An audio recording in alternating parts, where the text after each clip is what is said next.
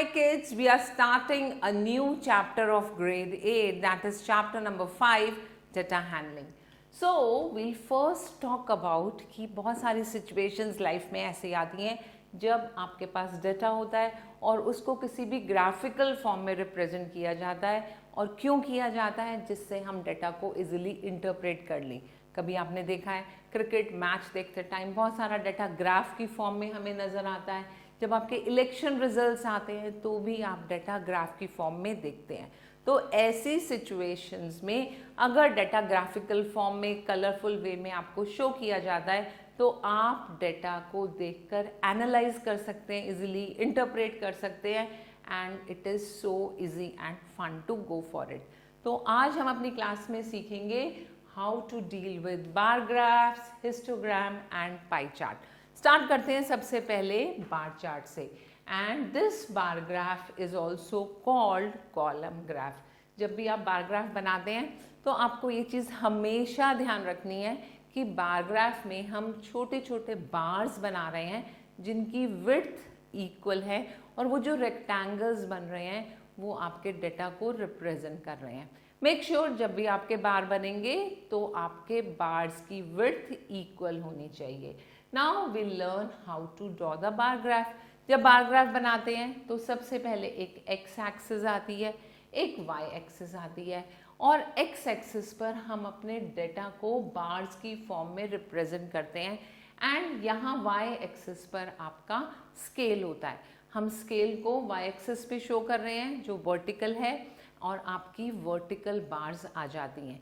लेकिन अगर आप हॉरिजॉन्टल बार्स ड्रॉ करना चाहते हैं तो आपकी हॉरिजॉन्टल बार्स इस तरह से रिप्रेजेंट होंगी। Understood?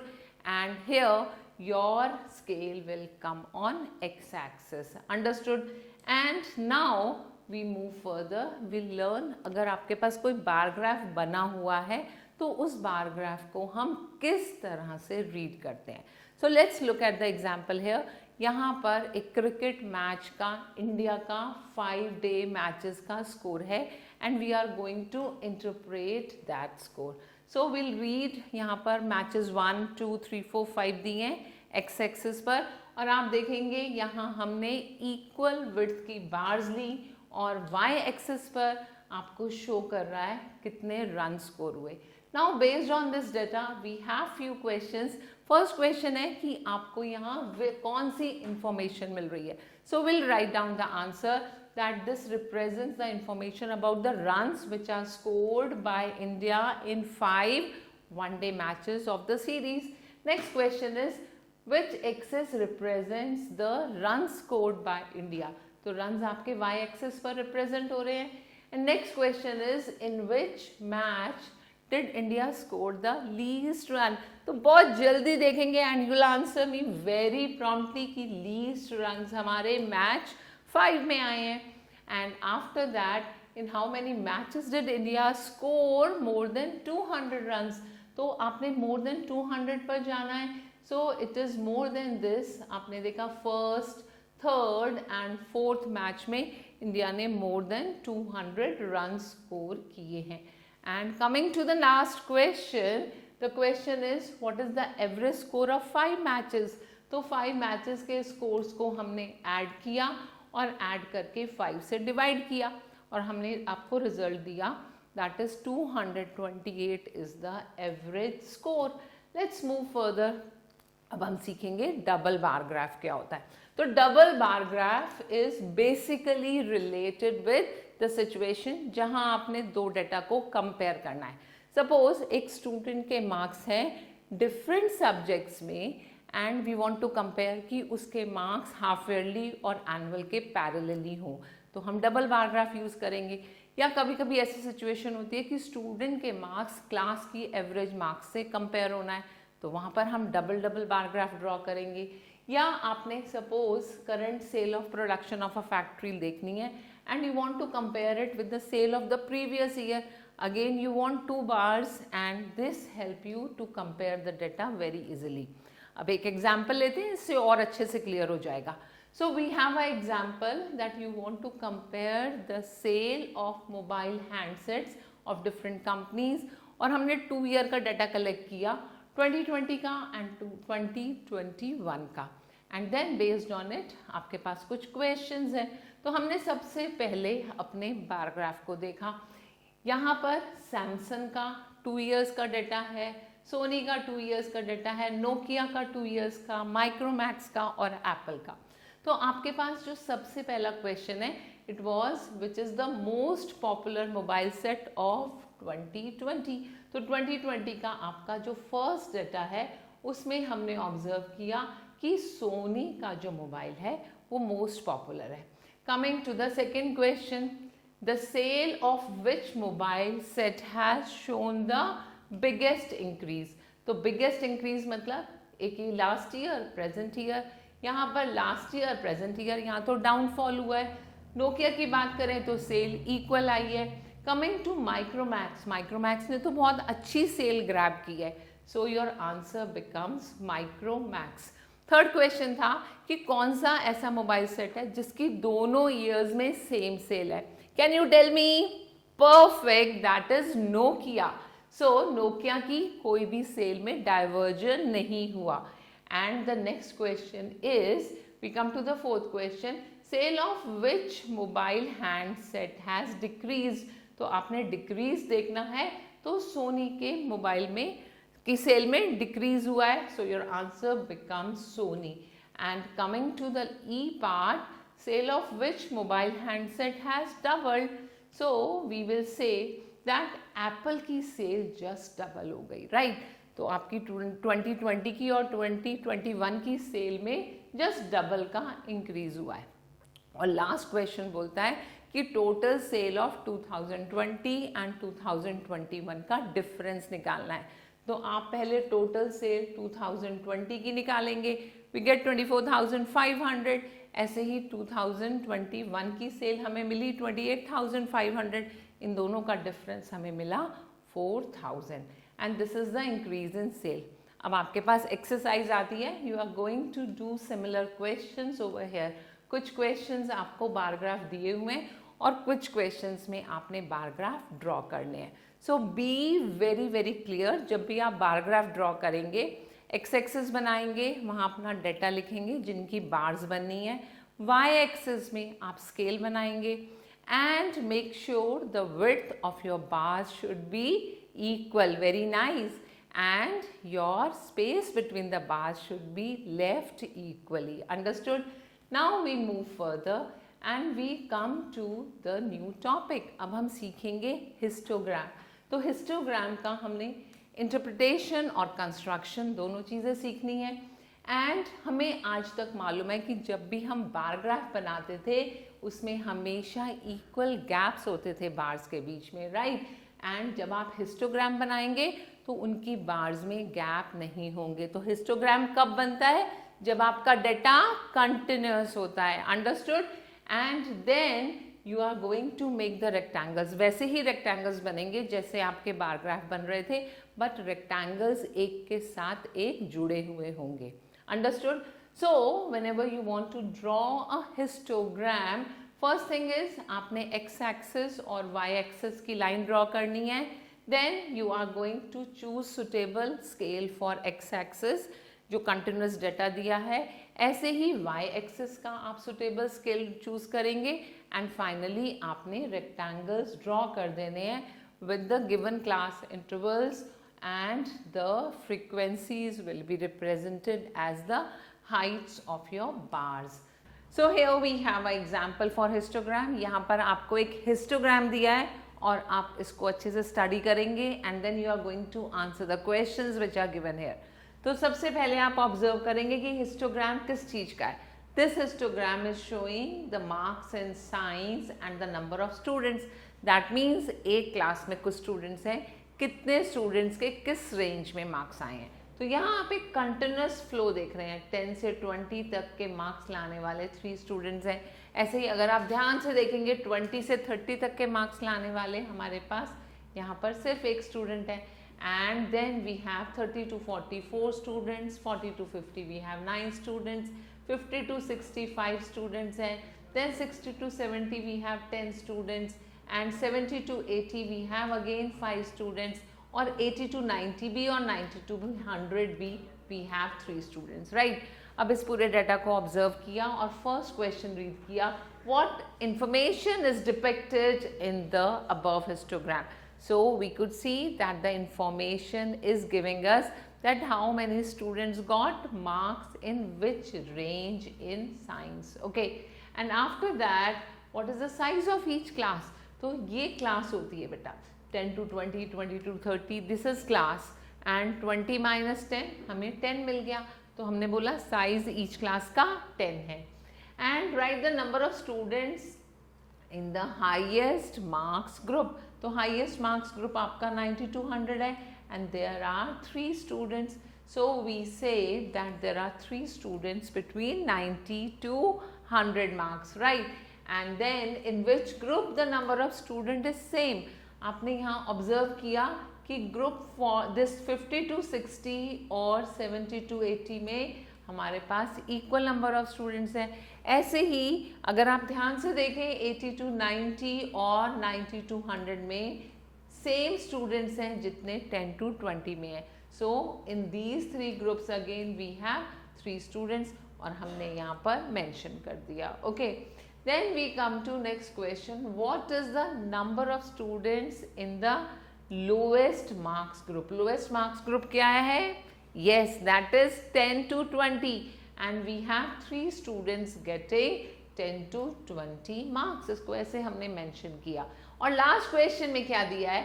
how many students have secured 60 or more marks. इसका मतलब 60 आए, 70, 80, 90, 100. तो 60 से ज़्यादा वालों को हमने ऐड कर देना है. मतलब हमने 10 plus 5 plus 3 plus 3 and we get 21 students who have secured more than 60 marks. Wonderful. So we move further. अब आपकी टर्न है, आप एक्सरसाइज करेंगे. तो यहाँ पर आपको डेटा दिया है, देखो 125 to 130, 135 to 135, 135 to 140 and it is going up to 150. और ये हिस्टोग्राम क्या दिखा रहा है? This is showing the height of students of 60 boys in a school and we are seeing कि यहाँ पर हमारा class interval 5 width का है, okay? So we say the class width is 5. And you are going to take this class in the x-axis, right? तो हम start करेंगे 125 centimetre से. अब एक बहुत important बात आपको बताऊंगी कि जब आप हिस्टोग्राम बनाते हैं और यहाँ 0 से डाटा स्टार्ट नहीं होता जैसे यहाँ पर हो रहा है, तो एक किंग ड्रॉ करते हैं, राइट? और किंग बताता है कि यहाँ पर कुछ डाटा आपने कंप्रेस कर दिया है एंड यहाँ पर आपने सेंटीमीटर में हाइट लेनी है. तो we are going to write height in centimetre और यहाँ से 125, 130, 135, 140, 145, 150 और ये लास्ट में 150 आया. And this way you are going to get your bars. हम बार्स कैसे बनाएंगे? एक्स एक्सिस पर हम अपना स्केल लिखेंगे और बार की हाइट इसके अकॉर्डिंग चेंज होगी. Understood? So this is how you are going to draw the histogram and do the remaining questions by your own. आपके पास एक और क्वेश्चन है यहाँ पर, you have to look at this histogram. तो इस हिस्टोग्राम में हमें डिफरेंट साइजेस ऑफ कोट हैं और एक शॉप में उस डिफरेंट साइज के कितने कोट्स की सेल हुई है. तो आप ये देखो कि हम हिस्टोग्राम को कहाँ कहाँ पर यूज कर सकते हैं. It can be used in your data of the school, height of the students, weight of the students, even the length of the plant. यहाँ पर हमने दिया है कि आपके किस किस साइज की कितनी कोट सेल हुए हैं and we have histogram based on it. और इस हिस्टोग्राम के ऊपर आपको बेस्ड इन क्वेश्चंस को आंसर करना है. Understood? Now we move further और अब हम एक बहुत इंटरेस्टिंग टॉपिक ले रहे हैं, दैट इज पाई चार्ट और हम इसको पाई डायग्राम भी बोलते हैं. तो पाई डायग्राम क्या होता है? This is circular representation of data. So we say that the pie chart is the pictorial representation of numerical data in form of circle and this circle is divided into different sectors. Each sector is proportional to data represented by it, and a pie chart is also called circle graph, right? And you have to remember that in case of frequency distribution, the total of various components is the sum of frequencies of the component.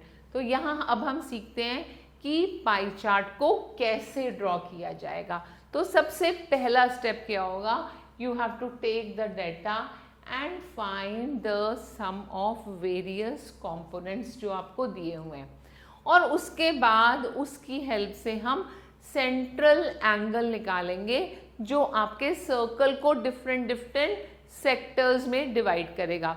अब वो कैसे निकालना है?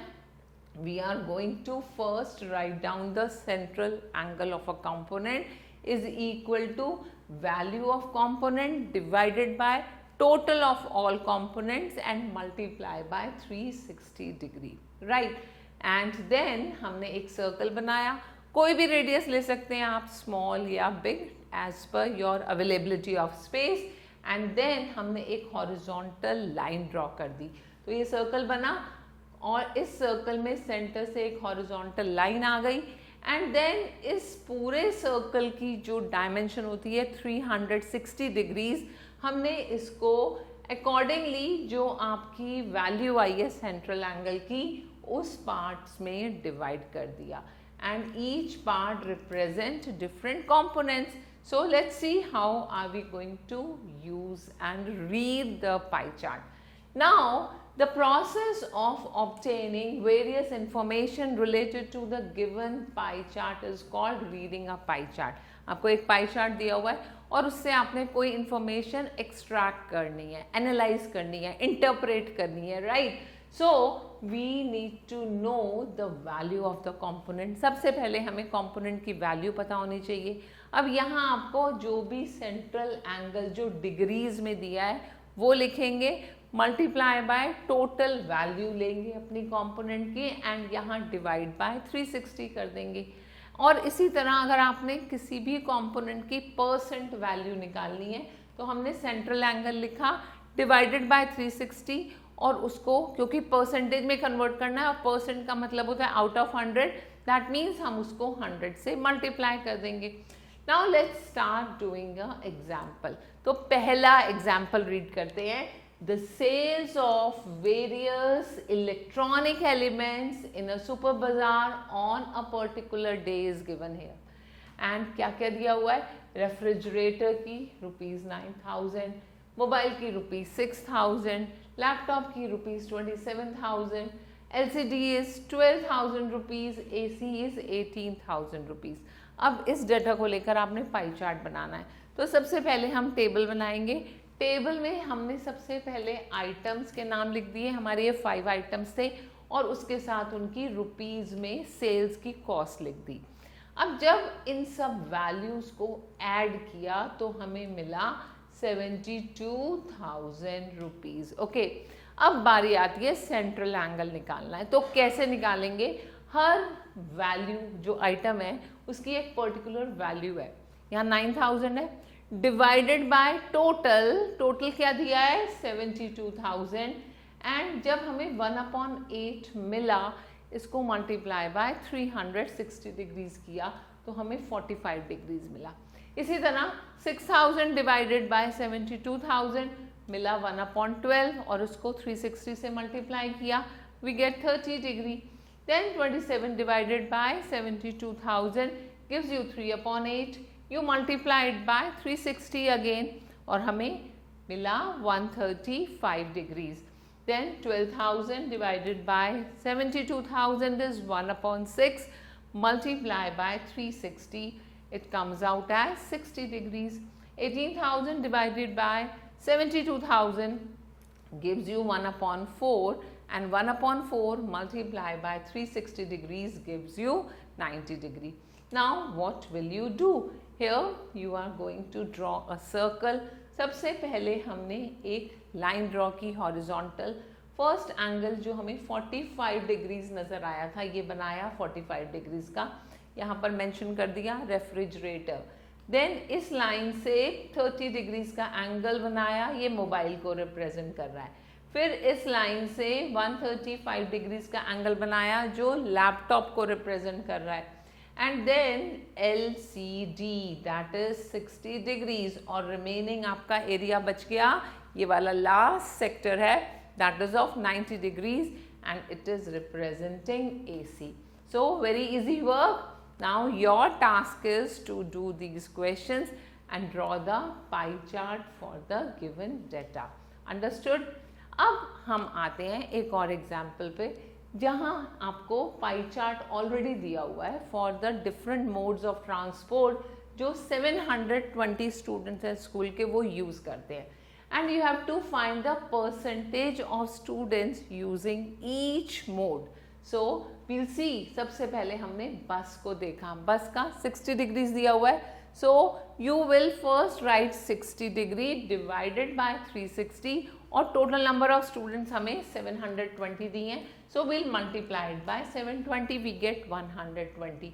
और अगर हम इसका percentage निकालेंगे तो 60 डिग्रीज अपॉन 360 डिग्रीज और उसको मल्टीप्लाई कर देंगे 100 और आपको ये आंसर 16.7% में मिल गया. और सेम चीज़ हम डिफरेंट मोड्स ऑफ ट्रांसपोर्ट की वैल्यूज़ के साथ करेंगे. फर्स्ट टाइम इसको 360 से डिवाइड किया और 720 से मल्टीप्लाई किया तो हमें मिल जाएगा नंबर ऑफ स्टूडेंट्स, और नेक्स्ट टाइम हम उसको अगर मल्टीप्लाई करेंगे 100 से तो हमें मिल जाएगा आंसर परसेंट में. So this is the entire table which we get as the answer.